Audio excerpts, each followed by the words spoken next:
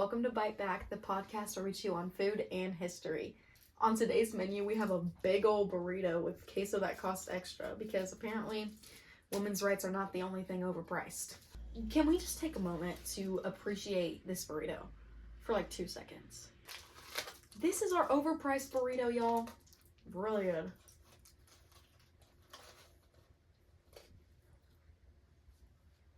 This is just our side. Our main course today is Alice Paul, the woman who basically told the US that she's not going to wait politely for her rights anymore. Really good. Alice Paul was born in 1855 in New Jersey to a Quaker family. Quakers weren't just about simple living and eating oatmeal. They actually believed in equality between men and women, which was pretty wild for their time. And this is what shaped Alice as a human being. I just know if Alice was around today, she would love Chipotle just as much as I do. She was also quite literally a genius. She went to Swarthmore College and earned a degree in biology, then got her master's and earned a degree in sociology, then a PhD, and then multiple law degrees. I mean, the girl was nonstop. I can barely make it through junior year and she's just getting degrees like they're candy. Take a wild guess for me and guess how many degrees she got. 5 degrees. Like, I'm sorry, that's insane. The woman was powering through. I know they didn't have energy drinks, but she must have been living off of them somehow because I don't think I could do it.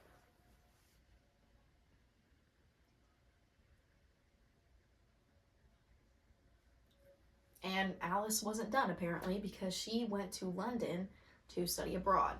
And in London is where things really spiced up. While she was there, she met the Pankhursts. These were British suffragettes who were just like Alice and all about direct action. These women were doing their big one. They smashed windows, threw rocks, chained themselves to places, and even tried to set things on fire.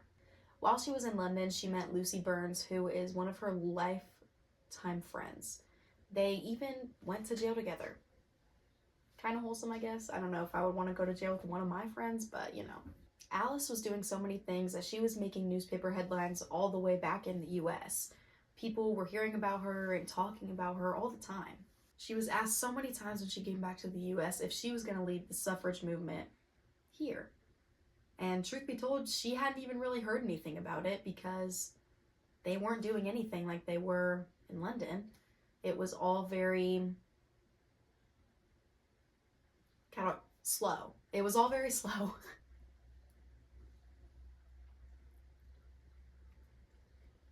Pretty bomb. Alice's first big move was her 1913 suffrage parade in Washington, D.C. Over 8,000 women marched and they were attacked by men. And the police kind of just turned a blind eye. They didn't do anything to help them or defend them in any way. The press did do something and they spread it all over the country. It was all anybody could talk about and how the country was basically failing women. It was the first viral protest in American history. If Twitter was around, hashtag votes for women would be trending everywhere. Fast forward to 1917, Alice decided to launch the Silent Sentinels, which basically women were standing outside of the White House and just being silent and holding up signs. Imagine just trying to get to work and you walk past a line of women asking you why you won't let them vote. This was during World War I, so men were furious that women were fighting for their rights instead of focusing on the country as it was in distress. And the women were arrested for blocking traffic, which in 1917 was more like a horse and 2 Model Ts.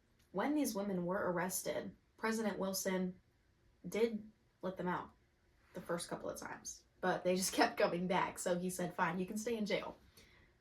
The women didn't care, and they decided to go on hunger strikes. As heroic as that sounds, women were tortured and force-fed. Alice got the brunt of it because she was the instigator. These women are having tubes shoved down their noses and throats and like raw eggs are being poured in there. Like, it's honestly just disgusting. Thankfully, it backfired on the government because when the public found out, they were furious. Even people who weren't necessarily fighting for women's right to vote or for it at all were very confused because these women just want to vote and you're torturing them. It's not a great look for America. This was very on brand for Alice Paul. Her kind of motto was stir up enough drama and it'll make people pay attention, and she's completely correct. This is arguably one of Alice's more successful protests, and not even 3 years later, the 19th Amendment was ratified. Now, was Alice Paul the only reason this happened? Definitely not. Millions of women fought for decades to get these basic human rights, but Alice was kind of like a spark plug that really just shocked everyone into place. Alice wasn't even close to done yet. She didn't retire to a rocking chair and never focus on improving women's rights ever again. In 1923, she wrote the Equal Rights Amendment, which still hasn't been fully ratified, but she was playing the long game for once in her life. Let's give her credit for that. She basically said, cool, we can vote. Now, can we get some, like, equal equality or whatever? Oh my god, this is so off topic, but I'm pretty sure I just got a mouthful of cheese. Alice Paul lived to be 92 years old, which is just insane to me. She lived until 1977. Girl, she was there for civil rights. Like, I know that girl was fighting for her whole life. Her legacy is pretty much everywhere. Picketing, hunger strikes, parades, and strategic protests are all tactics used in civil rights and social justice movement. Alice proved that sometimes you can't just sit and wait for people to give you what you want. You have to demand it, and you have to step on people's toes to get it. I'm gonna go finish my burrito, and how about you go finish Alice Paul's legacy and fight for women's rights?